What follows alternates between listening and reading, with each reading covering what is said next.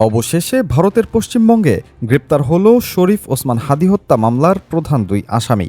তাদের রিমান্ডে নেওয়া হয়েছে এবং খবর প্রচার হয়েছে যে দ্রুতই তাদের বাংলাদেশে পাঠানোর প্রক্রিয়া শুরু হয়েছে। কিন্তু এই খুশির খবরের আড়ালে দানা বেঁধেছে এক বিশাল রহস্য। প্রশ্ন উঠেছে, হঠাৎ কেন হাদির খুনিদের ফেরত দিচ্ছে ভারত? যারা দিল্লির আশীর্বাদ পুষ্ট সরকারের বিরুদ্ধে রাজপথ কাঁপিয়েছে, সেই হাদি সমর্থকদের জন্য কেন ভারত এতটা উদার হয়ে গেল? অনেকে বলছেন এটি কেবল অপরাধী ধরা নয়, বরং এর পেছনে লুকিয়ে আছে দিল্লির এক গভীর রাজনৈতিক চাল। কেউ কেউ তো আবার এক ধাপ এগিয়ে গিয়ে বলছেন, খুনিদের যদি ভারত ফেরত দেয় তবে সাবেক প্রধানমন্ত্রী শেখ হাসিনাকেও কি এবার বাংলাদেশের হাতে তুলে দেওয়া হবে? আজকের এই বিশেষ প্রতিবেদনে আমরা ময়নাতদন্ত করব সেই গোপন কূটনৈতিক নথির, যেখানে দেখা যাচ্ছে হাদির খুনিদের ধরা পড়াটা ইনকিলাব মঞ্চের জন্য স্বস্তির চেয়ে অস্বস্তিই বেশি হয়ে দাঁড়িয়েছে। ভারত কি তবে বাংলাদেশের বর্তমান সরকারকে বড় কোনো বিপদ থেকে বাঁচাতে এই চালটি চেলেছে? জানতে হলে ভিডিওটি শেষ পর্যন্ত দেখুন, কারণ আজ অনেক অজানা সত্যের পর্দা ফাঁস হতে যাচ্ছে। 2025 সালের 12 ডিসেম্বর ঢাকার পল্টনের বক্স কালভার্ট রোডে জুমার নামাজ শেষে নির্বাচনী গণসংযোগ করছিলেন ইনকিলাব মঞ্চের মুখপাত্র শরীফ ওসমান হাদি। ঠিক এই সময় একটি চলন্ত অটোরিকশা থেকে খুব কাছ থেকে তাকে গুলি করা হয়। সারা দেশকে নাড়িয়ে দিয়েছিল এই নৃশংস হত্যাকাণ্ড। গুরুতর আহত হাদিকে সিঙ্গাপুরে নেওয়া হলেও 18 ডিসেম্বর তিনি শেষ নিঃশ্বাস ত্যাগ করেন। সেই থেকে হাদির সমর্থকরা রাজপথে সরব ছিলেন। ইনকিলাব মঞ্চ দাবি করে আসছিল যে এটি একটি রাজনৈতিক হত্যাকাণ্ড এবং এর নেপথ্যে রয়েছে বিদেশি অপশক্তি। কিন্তু অদ্ভুত বিষয় হলো, যখন মূল শুটার ফয়সাল করিম মাসুদ আর আলমগীর হোসেনকে ভারতের বনগাঁ সীমান্ত থেকে গ্রেফতার করা হলো, তখন হাদির অনুসারীদের মধ্যে সেই উল্লাস দেখা যাচ্ছে না। কেন এই নীরবতা? কেন খুনি ধরা পড়ার খবরে রাজপথ গরম না হয়ে উল্টো ঠান্ডা হয়ে গেল? এই গ্রেপ্তারের পেছনে বাংলাদেশের প্রতিরক্ষা গোয়েন্দা সংস্থা DGFI এর একটি বড় ভূমিকা রয়েছে। নবনিযুক্ত মহাপরিচালক সম্প্রতি ভারত সফর করেন এবং সেখানে তিনি সুস্পষ্ট তথ্য প্রমাণ দিয়ে আসামিদের গ্রেপ্তারের জন্য জোরালো চাপ দেন। ফলশ্রুতিতে পশ্চিমবঙ্গ পুলিশের স্পেশাল টাস্ক ফোর্স STF 7 ও 8 মার্চের মাঝামাঝি রাতে অভিযান চালিয়ে এদের গ্রেপ্তার করে। আপাত দৃষ্টিতে এটি দুই দেশের গোয়েন্দা সাফল্যের গল্প, কিন্তু বিশ্লেষকরা বলছেন, ভারত কেন এতদিন পর এদের ধরল? তারা কি চাইলে আরও আগে এটা পারত না? উত্তরটা লুকিয়ে আছে রাজনৈতিক অঙ্কে। হাদি হত্যাকাণ্ডটি বর্তমান বিজেপি সরকারের জন্য একটি বড় মাথা ব্যথার কারণ হয়ে দাঁড়িয়েছিল।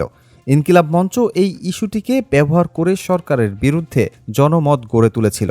ভারত হয়তো বুঝতে পেরেছে, খুনিদের যদি ফেরত না দেওয়া হয় তবে বাংলাদেশে একটি অস্থিতিশীল পরিস্থিতি তৈরি হতে পারে, যা ভারতের দীর্ঘমেয়াদী স্বার্থের পরিপন্থী। হাদির খুনিরা ধরা পড়ার মধ্য দিয়ে ইনকিলাব মঞ্চের আন্দোলনের সবচেয়ে বড় অস্ত্রটি কেড়ে নেওয়া হয়েছে। এতদিন তারা দাবি করছিল সরকার খুনিদের ধরছে না বা বাঁচাতে চাইছে। এখন খুনিরা ধরা পড়ায় এবং তাদের বিচার শুরু হওয়ার প্রক্রিয়া নিশ্চিত হওয়ায় রাজপথ গরম করার মতো আর কোনো ইমোশনাল ইস্যু তাদের হাতে নেই। একটি সফল আন্দোলনের জন্য যে তীব্র আবেগ বা সেন্টিমেন্টের প্রয়োজন হয়, খুনিদের গ্রেপ্তারের খবর সেই আবেগের আগুনে কার্যত এক বালতি ঠান্ডা জল ঢেলে দিয়েছে। এখন আর হাদি ইস্যুকে সামনে রেখে নতুন করে বড় কোনো জামায়াত করা সম্ভব নয়। ভারত সরকার অত্যন্ত সুকৌশলে খুনিদের ফেরত দিয়ে বর্তমান সরকারের মাথার উপর থেকে একটি বড় রাজনৈতিক চাপ সরিয়ে দিল। হাদির খুনিদের ফেরত দেওয়ার এই দৃষ্টান্ত সারা দেশে একটি নতুন আলোচনার জন্ম দিয়েছে।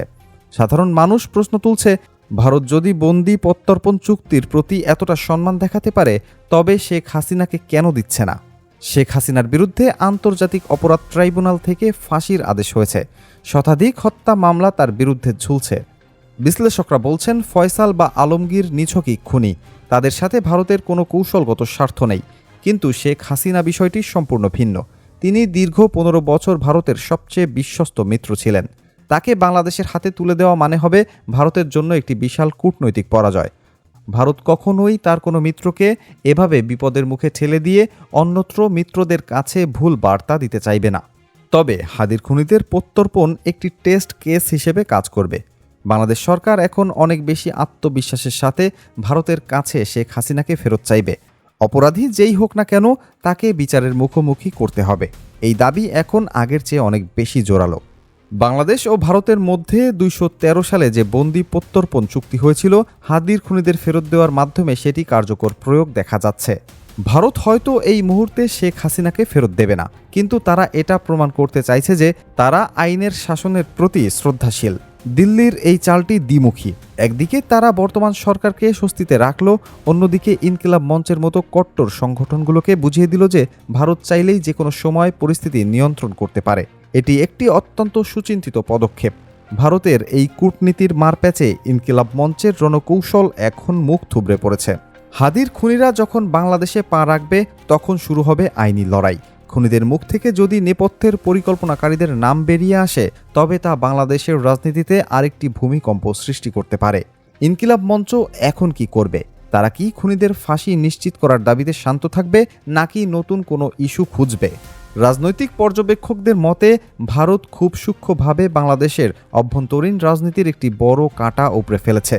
হাদি হত্যাকাণ্ডকে কেন্দ্র করে যে অস্থিতিশীল শঙ্কা ছিল তা আপাতত স্থিমিত। রাজনীতির মাঠে শেষ কথা বলে কিছু নেই। আজ যা অসম্ভব মনে হচ্ছে, কাল তা চরম বাস্তব হতে পারে। হাদির খুনিদের গ্রেপ্তারের মাধ্যমে ভারত যে সংকেত দিয়েছে, তার সুদূর প্রসারী প্রভাব পড়বে পুরো মধ্যপ্রাচ্য ও দক্ষিণ এশিয়ার রাজনীতিতে। শেখ হাসিনার ভাগ্য নির্ধারণে এই ঘটনা কি কোনো নতুন ভূমিকা রাখবে, নাকি ভারত তাকে নিজের বুক দিয়ে আগলে রাখবে শেষ পর্যন্ত? বাংলাদেশের মানুষ এখন এক চরম সন্ধিক্ষণে দাঁড়িয়ে। একদিকে ন্যায় বিচারের আশা, অন্যদিকে ভূ রাজনৈতিক স্বার্থের কঠিন দেয়াল। শরীফ ওসমান হাদি আজ নেই, কিন্তু তার মৃত্যুকে কেন্দ্র করে যে রাজনীতির খেলা শুরু হয়েছে, তার শেষ অধ্যায় হয়তো এখনও লেখা হয়নি। প্রিয় দর্শক, আপনারা কি মনে করেন?